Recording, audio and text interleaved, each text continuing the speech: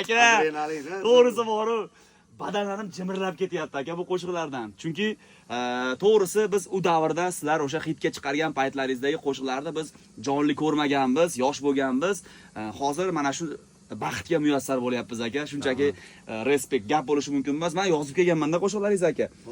Agar mumkin bo'lsa, keyingi qo'shiqlaringiz orasida aka yana bitta mashhur qo'shiqlaringiz bor.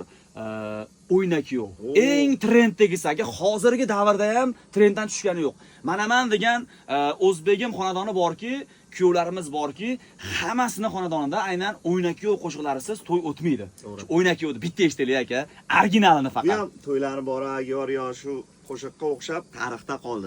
Qoldi akajon. Bu hamma to'ylarda kuyovlar baribir davrada oshnojo'ra, o'rtada kuyovjo'ra aka. Bu qo'shiq menimcha kamida bir 5-600 yil bizdan keyingi avlodlarda ham ishlatilsa kerak deb o'ylayman. Chunki mana qarang, ancha yil o'tib ketdi, lekin haligacha umuman zarracha bo'lsa ham qadrini, qimmatini yo'qotgani yo'q. Bitta eshitaylik aka. Albatta. Men kuyov bolaga aytaman. Albatta. Qani, o'xshasa Qo'ydoqlar uylaninglar.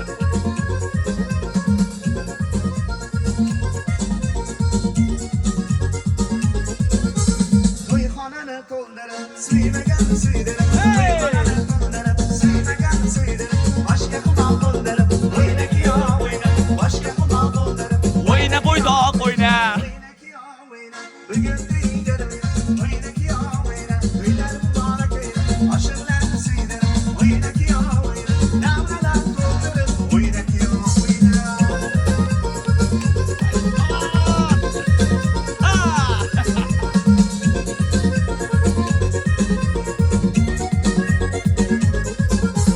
Davrada oshno jo'ra, o'rtada kuyov to'ra, davrada oshno jo'ra, O'rtada kuyov to'ra.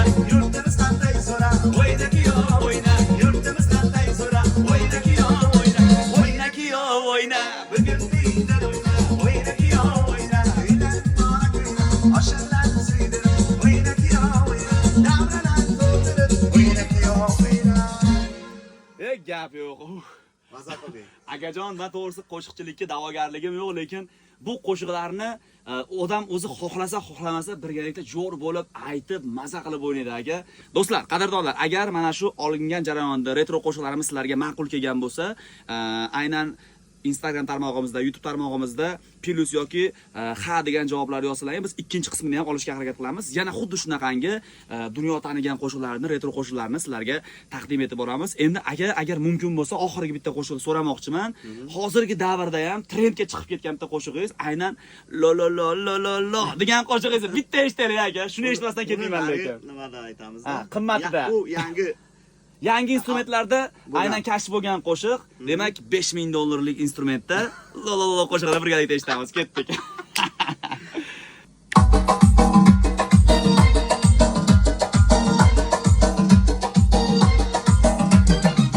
lo lo lo lo lo lo lo lo lo lo lo lo lo lo hamisha lo lo zida goli khubay mayori shiri lo lo lailo lailo lailo lailo lailo lailo lailo hamisha lailo zada yodash bajoni hamisha wallo.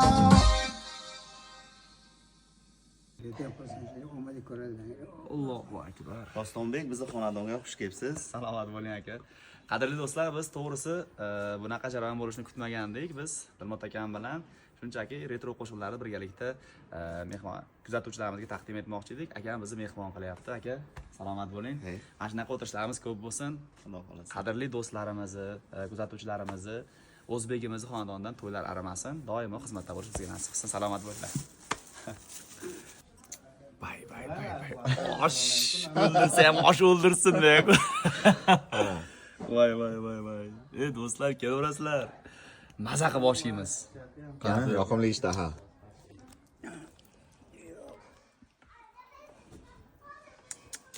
Olinglarchi. Bay.